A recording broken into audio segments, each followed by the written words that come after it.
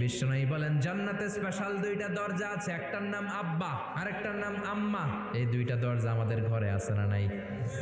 এক সাহাবী বলল, নবী আইয়ুল আমালি আফদাল, এই পৃথিবীর বুকে সবচাইতে সেরা আমল কোনটা? বিষ্ণু বললেন তিনটা। এক নম্বরে আসসালাতু ফি ওয়াক্তিহা, সময় মতো নামাজ, আজান হওয়ার সাথে সাথে নামাজ পড়বা, এর চেয়ে ভালো কাজ আর নাই, ঠিক কি না? দুই নম্বরে বিররুল ওয়ালিদাইন, মাতা পিতার খেদমত করা। তিন নম্বরে আল জিহাদু ফি সাবিলিল্লাহ, আল্লাহর রাস্তায় জিহাদ করা। আরেক বর্ণনায় বিষ্ণু বললেন মা বাবার খেদমত করা জিহাদের চেয়ে বেশি দামি। এক সাহাবী বললেন, ইয়া রাসূলুল্লাহ আস্তাযিনুকাল জিহাদ, আমি জিহাদে যাওয়ার অনুমতি চাই। বিশ্বনবী বললেন, বাবা কেউ বেঁচে আছে নাকি? সাহাবী বললেন, আছে। বিশ্বনবী বললেন, যাও ঘরে ফিরে যাও, ফাফিহিমা ফাজাহিদ, বাবা মার খেদমত করো, বাবা মার খেদমত করলে ঘরে বসেই জিহাদের সওয়াব পাবা। কি নেয়ামত চিনি না আমরা, বুঝি না, যতদিন থাকে ততদিন বুঝি না। বটবৃক্ষ